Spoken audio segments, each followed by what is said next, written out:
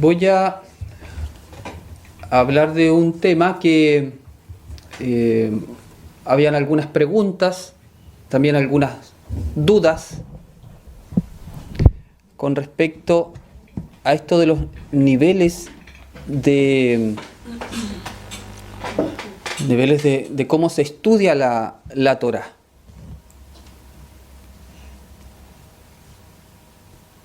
Ahí. En la Torá está todo, pero hay una forma de estudiarla, de leerla, que lo ha guardado, la ha conservado la tradición hebrea y también la Kabbalah. Entonces, vamos a decir que en la Kabbalah se utilizan 4 niveles para entender las escrituras. Los 4 niveles se llaman Pshat, con P, Pshat, Remetz, con Resh, Drash, con Dalet, y Sod, con Samech. Cada nivel es más profundo que el anterior. Las iniciales de estas palabras, es decir, P, Resh, Dalet, Samech, conforman una palabra que es Pardes, que significa en hebreo huerto. Y muchas veces se hace relación de esta palabra con el jardín del Edén, aunque jardín es Gan Eden, pero se utiliza a veces una relación de Pardes con el paraíso, haciendo referencia al jardín del Edén. Por lo tanto, entrar al paraíso es entrar al Pardes, es decir, estudiar las escrituras en sus 4 niveles de entendimiento. Entonces, brevemente me voy a referir a las características de cada uno. El primero se llama Pshat y significa sencillo o simple. Esa es su traducción literal. El nivel Pshat, entonces, es el sentido más simple y que significa exactamente lo que dice el texto en el sentido literal. Lo que estás leyendo literal, eso es lo que significa en ese nivel. En el estudio de las escrituras, lo primero que se busca es el nivel Pshat. De hecho, este nivel es muy importante y vamos a ver una de las reglas del estudio de la Torá es que nunca se puede eliminar el nivel Pshat. Porque en el Pshat el Pshat, el texto literal, se basa en un hecho real, pero que no es necesariamente una verdad histórica. Esto es bien importante. Se basa en un hecho real, o sea, algo existió, hay una base real, pero no necesariamente lo que está escrito y cómo está escrito es una verdad histórica, como entendemos la ciencia de la historia. Sin embargo, a pesar de no ser una verdad histórica necesariamente, es la clave para entender las escrituras. Por eso, nunca se debe perder el Pshat y es uno de los, podríamos decir, leyes de estudios de la Torá, este punto. Ningún nivel de interpretación o de estudio debe desechar el chat. Entonces ahí vemos que si bien es un nivel sencillo, ningún nivel de estudio puede decir, bueno, es que el chat da lo mismo. No da lo mismo, porque de ahí se parte, es la puerta de entrada al jardín. Por eso es importante, e incluso ya es parte de estar haciendo el trabajo del huerto, estar leyendo literal las escrituras, independientemente de que uno no haga trabajos de los otros niveles. Ya haciendo y conociendo el nivel chat, está entrando al pardés. Entonces ahí tenemos el nivel chat. Como decíamos ayer, es el contenedor, es la vestimenta que va a permitir albergar los otros conocimientos. Recordemos que las escrituras, todo el Tanaj y los escritos nazarenos, son escritos diferentes a un diario, podríamos decir. No es una noticia, es diferente a un libro de estudio, como veíamos, histórico.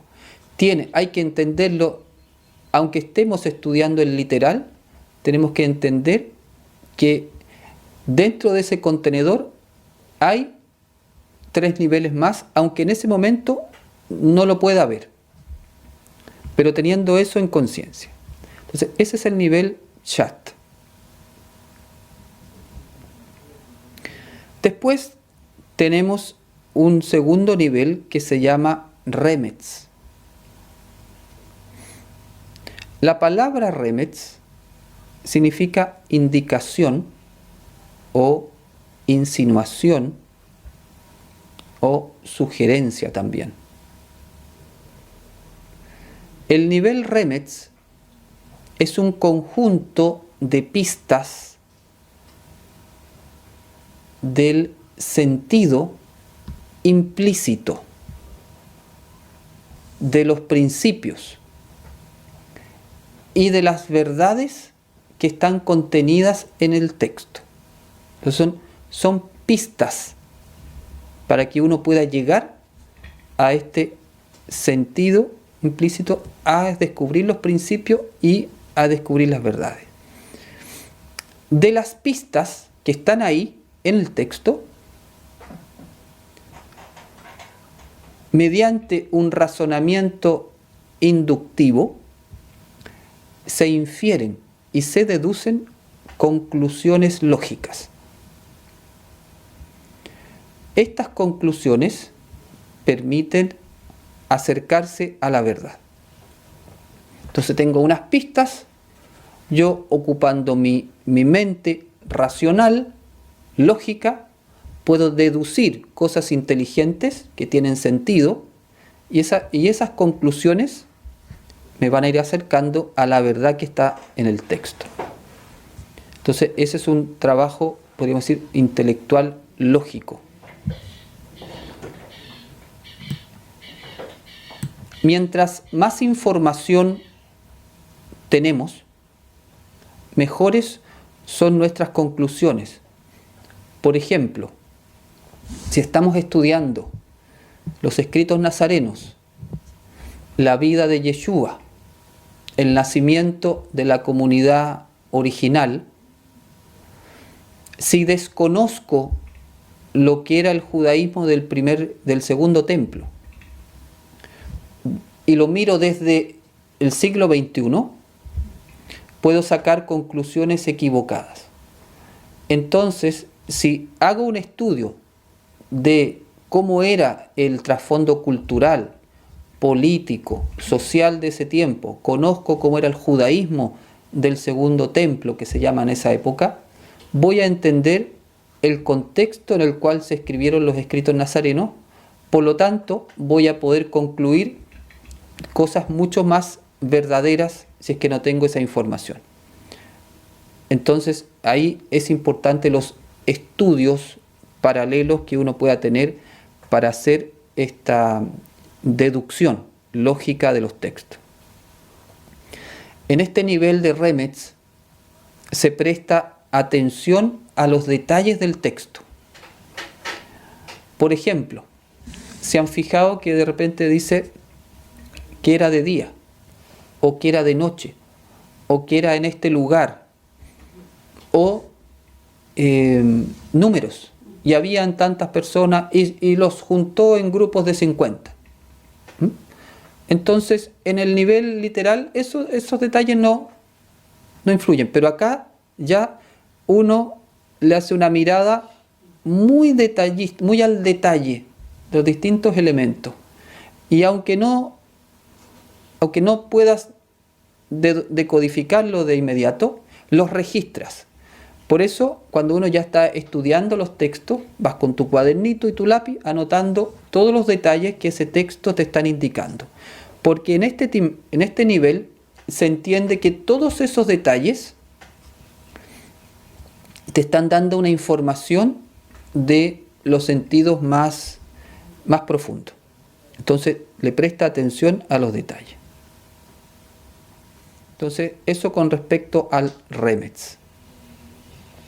Entonces, si hemos hecho un buen nivel Remez, o me voy a ir un poquito más atrás, si he hecho un buen nivel Pshat, me sé el texto, me lo sé.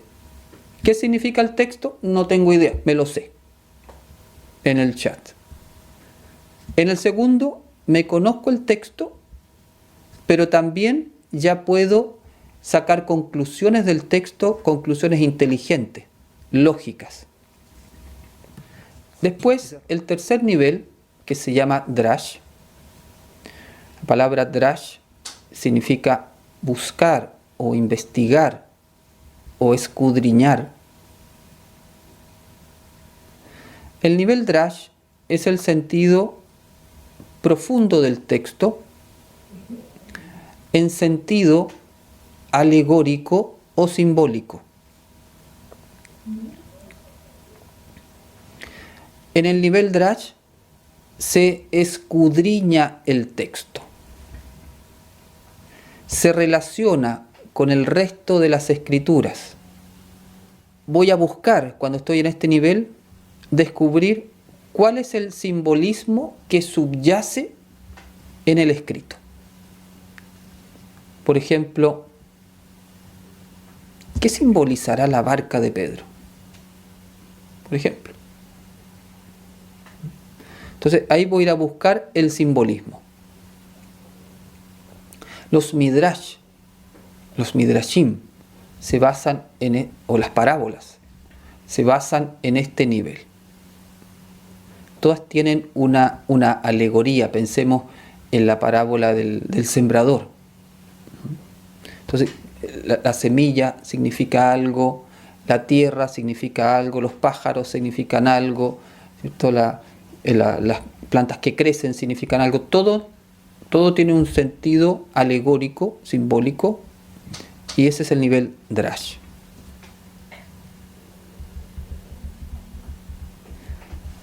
Entonces, tú después de estudiar el texto, cuando ya tú tienes los detalles del texto del nivel Remez, empiezas a hacer este otro trabajo.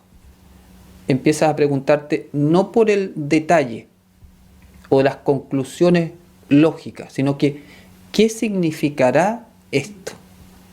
¿Qué puede significar esto? Y aquí se puede dar en este nivel que haya diferentes interpretaciones con respecto al texto. Si vienen de una deducción lógica, no hay ningún problema. Entonces, supongamos que estamos aquí los cuatro y estamos trabajando este texto, y tú dices, para mí esto simboliza esto, y está perfecto. Y tú armas una buena relato de lo que simboliza. Eso ya viene de algo subjetivo también, o sea, como tú lo has podido interpretar. Eso está permitido dentro del nivel Drash, siempre y cuando entonces se respete lo siguiente. que lo que tú vas a interpretar o aportar como tu alegoría subjetiva no vaya contra ningún principio de la Torá y tenga un sentido lógico. Se permite en este nivel como agregar una interpretación personal, siempre y cuando dentro del marco de la Torá, sus principios, y basados en deducciones lógicas que hiciste en Remetz.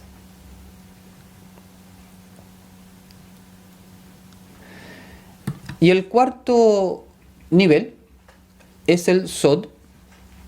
Y la palabra Sod significa secreto o misterio.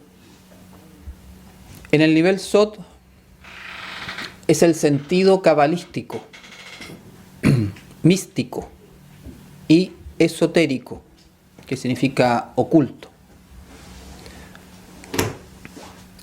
En este nivel está la verdad profunda del texto,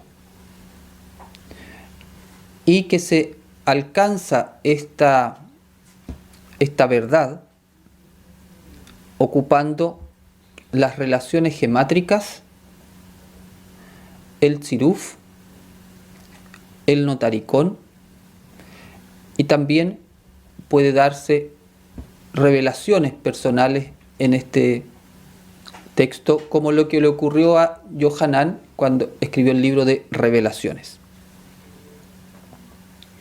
A este nivel Sod se refiere el texto del rabino nazareno Shaul a los Corintios. Shaul es Pablo, cuando dice: sino que en misterio, la palabra es Sod ahí, hablamos la sabiduría de Elohim oculta.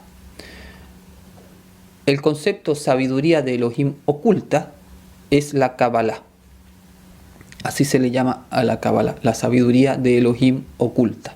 Entonces dice Shaul: sino que en misterio, en secreto, hablamos la sabiduría de Elohim oculta. Es decir, desde el principio los nazarenos recibieron una tradición cabalística. En este caso estamos viendo desde Shaul, pero también desde los Shelihim, los apóstoles, y del mismo Yeshua, como dice él acá. Dice: porque a ustedes, le está diciendo a los discípulos, les es dado conocer los misterios, Sodot aparece ahí, del reino de los cielos, los secretos del reino de los cielos. Entonces, claramente vemos cómo en el origen del camino nazareno está la tradición cabalística, es decir, la tradición del secreto, desde Yeshua mismo, que él ya lo había recibido, y lo entrega a sus discípulos. Estos niveles funcionan, por ejemplo, está el nivel Shat, aquí como un círculo. El nivel Remetz lo incluye. Después el nivel Drash incluye al Remetz y al Shat, y el nivel Sod incluye a todos los anteriores. No se desechan los anteriores.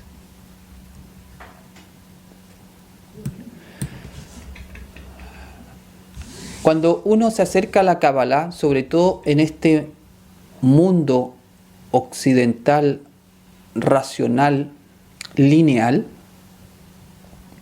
tú dices: bueno, ¿es esto o es esto?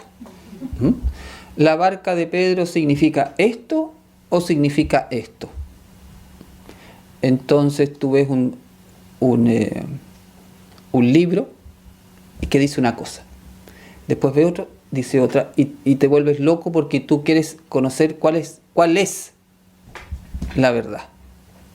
Bueno, según la Kabbalah, hay 600.000 formas de entender el Shat, 600.000 formas de entender el Remetz, 600.000 formas de entender el Drash, y 600.000 maneras de entender el Sod. Así que nadie se abrume si encuentra más de una versión en distintas fuentes. En realidad en la Kabbalah nunca se habla de que cuál es lo correcto, esto o esto, porque pueden haber muchas. Pero toda decodificación o interpretación es aceptable en la medida que tenga sentido y no contradiga los principios fundamentales de la Torá. Teniendo eso claro, esas reglas del juego, todo aporte que se haga es bienvenido. No existe en la Kabbalah, o sea, sí existe que hay una verdad. La verdad es una. Pero ¿quién la tiene? Pueden tener muchos, porque cada uno puede estar mirando la verdad desde un ángulo diferente. Entonces, mientras todas esas verdades estén en armonía, en sintonía con la Torá, que es la gran instrucción, el gran eje, no hay ningún problema. Entonces, a veces nosotros no estamos acostumbrados mucho a eso. Somos de una verdad matemática, en el sentido, dice, bueno, es esto y esto nomás. O nuestra tradición religiosa occidental, esta es la verdad. Esta es la verdad, yo te doy la verdad y tienes que aceptarla nomás. Tú no puedes interpretarla de otra manera. En la Kabbalah eso no ocurre. Por eso puede llevar a confusión cuando uno estudia también textos que siguen esta lógica, como el Zohar. Bien, ese comentario que estoy haciendo de los niveles de lectura es para que tengamos claridad y tranquilidad, en el sentido que cuando yo digo que algo no es una verdad histórica, no estoy diciendo que eso no haya ocurrido. Estoy diciendo solamente que ese hecho real que ocurrió no necesariamente está escrito en la Torá de manera histórica. Y de manera que si, por ejemplo, años después se diga, mira, esto no pasó tan así, suponte que la ciencia después dice, mira, en realidad esto científicamente no fue así, entonces, bueno, no importa. Es que la Biblia dice esto. Sí, lo que pasa es que la Biblia no es un libro histórico. Puede haber una base real, pero no es histórico. Entonces, eso no echa tampoco por la borda la Torá, porque a la Torá no le interesa ser un libro histórico. Le interesa guardar los 4 niveles para que uno pueda acceder al Sod. Entonces, a eso me refería ayer, de que el sentido literal contiene los otros 3 niveles.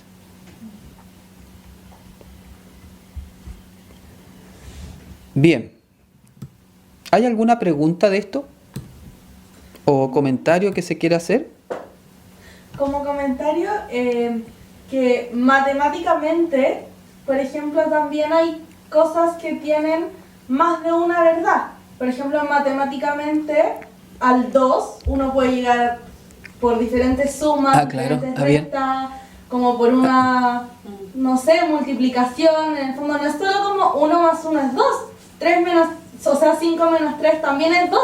Claro. Y no deja de ser menos cierto. Sí, eso es que es muy bueno tenerlo claro. El otro día también me preguntaban por un código, porque yo me basé en una tradición, pero otras tradiciones dicen otras cosas del código, y en realidad todas se complementan.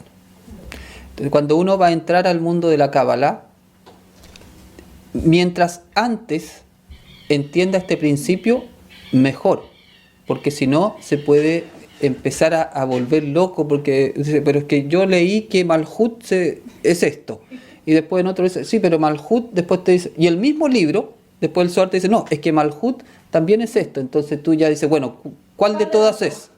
Todas. Por eso es bueno el ejemplo que pones. Miriam dice, por eso el mundo judío y el mundo católico pueden aportar algo a la venida del Mashiach. Son los 2 testigos de las revelaciones. Claro, si aplicamos el principio que estábamos conversando, mientras la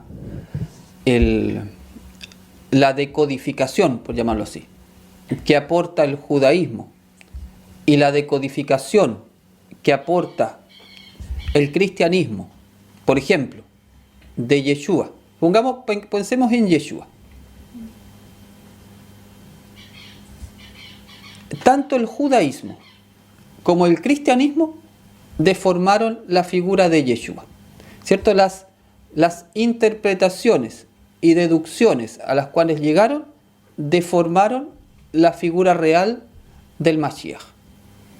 Entonces hay caricatura por aquí y por acá. Ahora, si esas dos tradiciones hicieran el trabajo honestamente de analizar a Yeshua como lo que fue un rabí hebreo de la Torá, y se le sacaran las construcciones teológicas que se han hecho alrededor de él, las dos llegarían a un punto común que se reconocería entonces la verdad de Yeshua.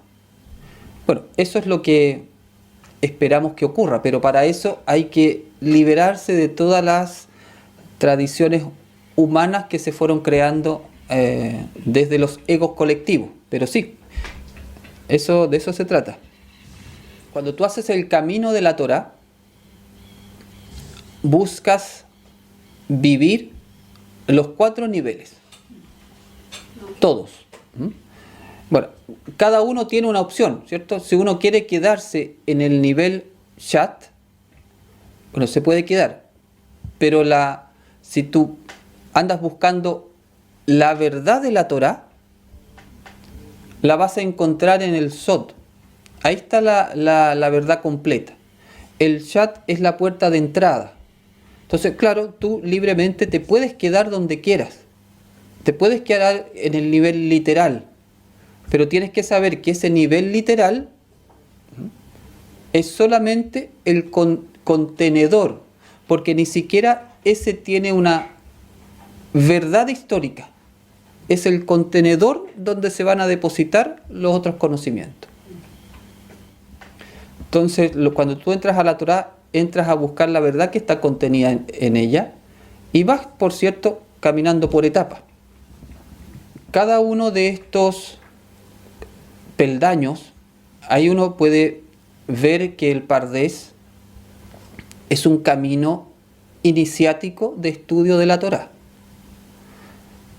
Una vez que tú ya te sabes el relato, entras en la otra cámara del Remetz. Entonces, por ejemplo, cuando tú ya te sabes el relato, tienes un nivel de conciencia. Cuando entras en la cámara del Remetz, hiciste el trabajo de los detalles y de las deducciones, pusiste en funcionamiento tu cerebro, desarrollaste habilidades, y la habilidad de deducir no es tan fácil. Es un ejercicio de deducir cosas lógicas, correctas, ¿cierto? Objetivas, sin meterle suposiciones personales. Entonces, llegar a desarrollar la habilidad del Remetz es una gracia. Y es un nivel de conciencia. Cuando tú ya desarrollas el Remetz, tienes otro nivel de conciencia. Ese nivel de conciencia te va a permitir descubrir la alegoría, el simbolismo, que es más profundo, porque tú ahí tienes que relacionar distintas conclusiones que sacaste anteriormente, relacionarlas con otras cosas y otros textos de la escritura. Te va entonces obligar a subir y a trabajar tu cerebro en otra forma, porque ya tu cerebro va a tener que hacer otro ejercicio, otro cruce de información y de relaciones. Y después, ya cuando tienes desarrollado tu capacidad de ver la alegoría, esa conciencia te permite ir accediendo al nivel del Sod, que ya te va a permitir mover las palabras, ver las gematrías y tener revelaciones de los planos superiores con respecto al secreto que tiene. Si el libro de Yohanan, que se llama Revelaciones, no se llama así porque por ponerle, es una palabra muy cabalística. La palabra revelaciones indica la recepción que hace un cabalista cuando está muy conectado con el secreto. Eso es una revelación. Lo que es bonito de entender es que cada nivel trabaja el cerebro de una manera diferente. Trabaja el cerebro de una manera diferente. Por eso es importante trabajar conscientemente cada uno de los pasos. Por ejemplo, a veces uno dice, es que yo no me resulta la decodificación, no me resulta el ciruf, o no me gusta la gematría, o me abrumo con estas cosas. Bueno, pues a lo mejor no has trabajado antes las otras cámaras.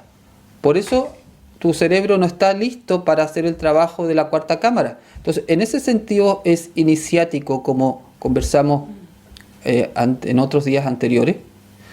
Aquí es algo muy iniciático y que cada cámara va desarrollando un aspecto específico del cerebro. Podríamos decir, las primeras son más izquierdo, la tercera es más derecho. Y la revelación final ya es una integración, una completitud del cerebro ya. Miriam dice, ¿la meditación abre la puerta para el Sod? La meditación abre la puerta para el Sod si es que tienes trabajado los otros niveles. La meditación te abre la puerta para lograr el objetivo de cada cámara. Por ejemplo, si tú no has desarrollado el nivel del Remez, de la capacidad de deducir, la meditación te va a dar la capacidad para deducir. Entonces, la meditación es una herramienta que te va dando, te va permitiendo recibir luz para que tu cerebro desarrolle o logre el objetivo de cada cámara. No, la meditación no hace que tú pases al Sod de inmediato. Si que tú no tienes idea del chat o de la deducción o de las alegorías, no te va a pasar al Sod. No hace ese bypass. Te va permitiendo que tú desarrolles el logro del nivel que estás trabajando. Al principio los maestros, ¿qué te dicen? Lea la Torah. Léala y dé la vuelta. Léala, es que ya la leí, léala de nuevo. Siempre, estarla leyendo siempre. Y después empiezas con lo otro. Y en la medida que tu ruaj esté listo, prácticamente de manera espontánea, tu ruaj va a empezar a captar ahora las deducciones y después va a poder hacer de manera espontánea las alegorías y después el secreto. Entonces, exactamente, si uno se deja guiar por el Ruach HaKodesh, va cumpliendo etapa por etapa. Pero lo importante es entender que uno va etapa por etapa. Y si uno la trabaja consciente, mejor todavía, porque se enfoca más la luz. Entonces tú dices, me cuesta deducir, bueno, voy a empezar a leer y a deducir. Y te haces tu cuadernito de deducciones de lo que vas leyendo. Ese ejercicio te va a permitir entonces desarrollar una habilidad mental. Yeshua, histórico, le habló prácticamente al 100% de la gente que le habló fue gente hebrea. Después, cuando se produjo la dispersión de los nazarenos hacia el resto del imperio y empezaron a ponerse por escrito los textos originales que eran en hebreo, se fueron escribiendo después en griego para las comunidades de la diáspora, ahí se fueron escribiendo para gentiles. Entonces se pueden haber ahí adaptado también esos escritos para gentiles. Sí. Bueno, y después, claro, después esos textos al ser copiados posteriormente fueron agregados cosas y sacados cosas. Hoy día la filología sabe que mucho de lo que nosotros leemos en el Nuevo Testamento fue muy editado. Incluso hay cosas que fueron insertadas y ya los filólogos saben dónde están insertadas con el correr de los siglos, para que los textos fueran diciendo lo que la teología quería que dijera.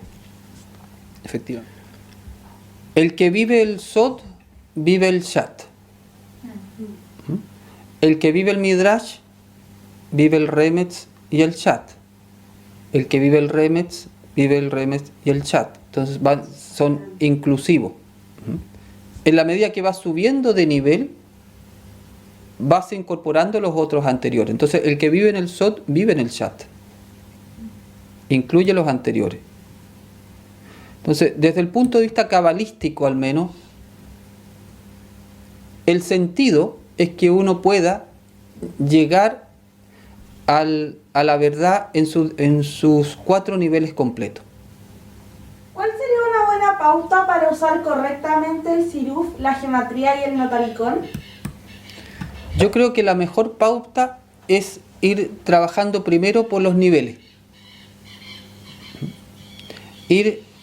Porque el siruf, gematría y notaricón son trabajos más relacionados con el nivel Sod.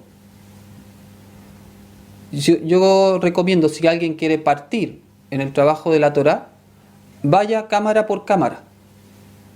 O sea, vaya leyendo, después haga el ejercicio de la deducción. Lo que pasa es que uno en realidad se entusiasma con el secreto.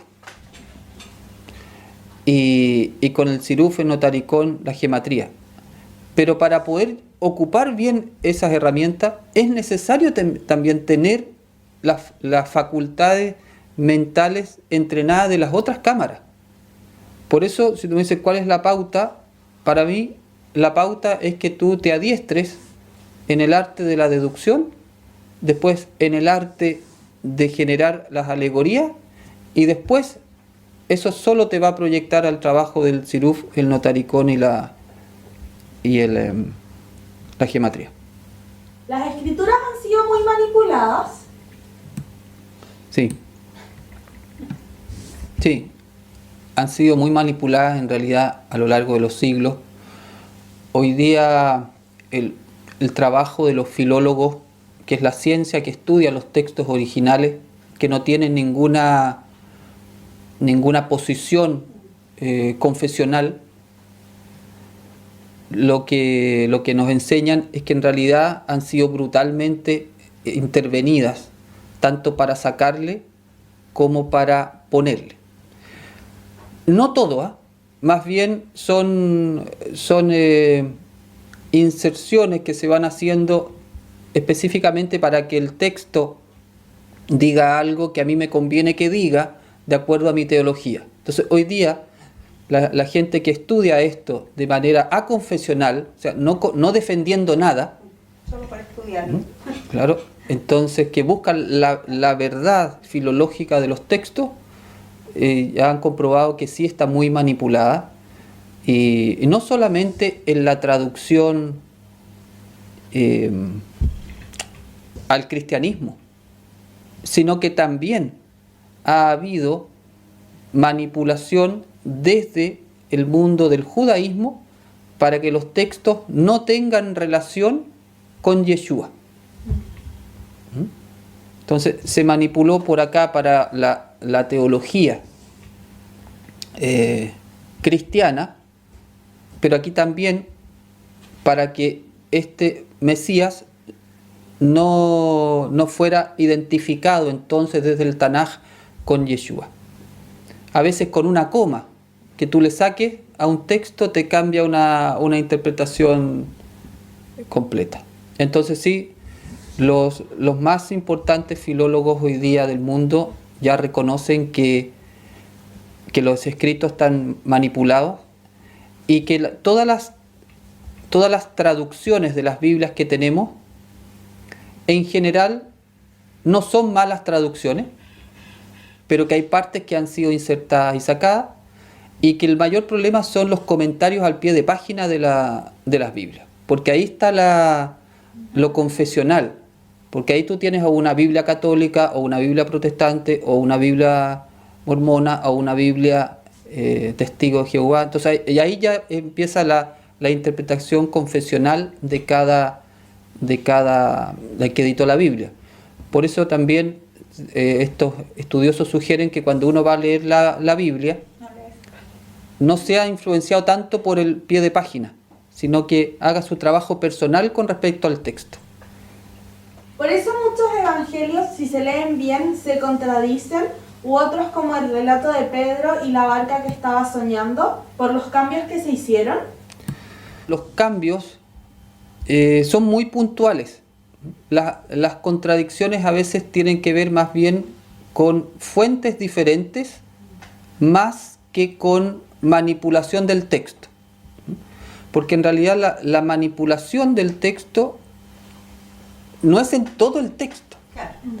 Es en cosas muy puntuales que le agregaron, por ejemplo, versículos a los términos de algunos evangelios. En ese tiempo, la escritura no era algo normal. Entonces, yo recibo una tradición oral, todo era tradición oral. Yo te la paso a ti, lo paso a la comunidad. Claro, hemos estudiado que esa gente en ese tiempo tenía una capacidad de retención y de memoria superior a la nuestra porque estaba más adiestra en eso. Pero piensa nomás lo que es el juego del teléfono, que tú pasas una idea, ¿cierto? Y el 20avo allá te cuenta una historia nada que ver. Entonces también parte de eso, y claro, y no hay mala intención, también eso, en lo que se llama la tradición oral, puede afectar. Pero ahí no como una manipulación del texto, sino más bien como que hay fuentes diferentes que ocupan los evangelistas, y entonces ahí pueden haber diferencias. ¿El ser humano se acerca al Padre al leer las Escrituras? ¿Hay un ejercicio ahí para la elevación de cada alma? Sí, mira, la Torá, ¿te acuerdas una clase del Padre Nuestro? La Torá es Jehová revelado. Jehová o el Padre se revela en la Torá. La Torá que nosotros vemos físicamente es un reflejo de una Torá espiritual. Es decir, antes que fuese creado el mundo, se creó la Torá con las letras hebreas que ya se habían creado. Se creó la Torá espiritual, que era la luz de Jehová en esta Torá espiritual. Esa Torá espiritual es el modelo o el plano sobre el cual se creó todo. O sea, todo lo que es la voluntad del Padre y el Padre mismo, su mente, su energía, está en la Torá. Entonces, si tú dices, una persona que estudia la Torá se conecta con el Padre totalmente y absolutamente, porque el Padre está en la Torá. Por eso el ejercicio de ir entrando en la Torá desde lo literal hasta el Sod no es otra cosa que entrar en el corazón del Padre. Recordemos que, acuérdense que empieza con Bet y termina con Lamed, Lev. Toda la Torá es el corazón del Padre. Cada uno puede elegir en qué nivel está, ¿cierto? Cada uno puede elegir en qué nivel se queda. Y si una persona, por ejemplo, siente que recibe todo lo que necesita en el nivel chat, se queda en el nivel chat. Y está perfecto para esa persona. Pero tiene que saber que hay otros 3 niveles adicionales que contienen la verdad de la Torá. Entonces, ¿es absurdo que se quede en el chat? No, si eso es lo que necesita, ahí se queda. Entonces, lo que te entrega al Padre es una Torá con 4 niveles. Hasta dónde vas a llegar tú va a depender de lo que tú necesitas, lo que tú deseas, el nivel de conciencia que tienes, cómo has desarrollado tu cerebro. Y eso es perfecto para ti, a donde estás. El problema es cuando se niega lo otro. Entonces tú dices, no, esto es solamente lo que hay. Entonces, y tú niegas entonces la otra posibilidad, eso estaría contra la Torá. Entonces no hay problema, no hay un absurdo en ese sentido. Cada uno se va quedando en el nivel que su alma lo va colocando. Se habla en la Cábala de la tradición escrita, que es el texto escrito, y la tradición oral, que viene desde Abraham. Entonces, la tradición oral tiene que estar en sintonía con la tradición escrita.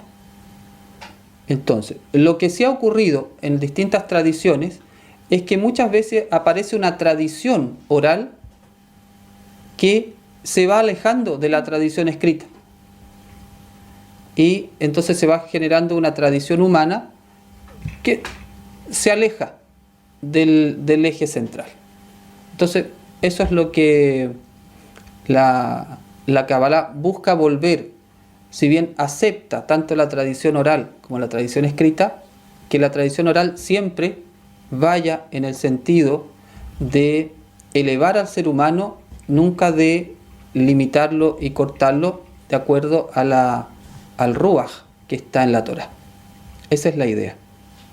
Si yo soy una persona que no creo en Dios, ¿significa que no puedo ser cabalista y nazareno?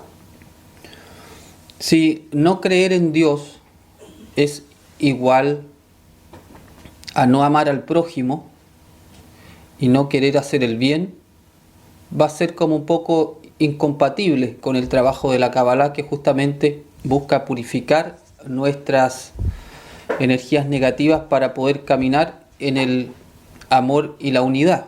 Entonces hay personas que no creen, ¿cierto?, en la divinidad, se definen intelectualmente ateos, agnósticos, no creyentes, pero en su corazón tienen un corazón noble y un deseo de hacer el bien.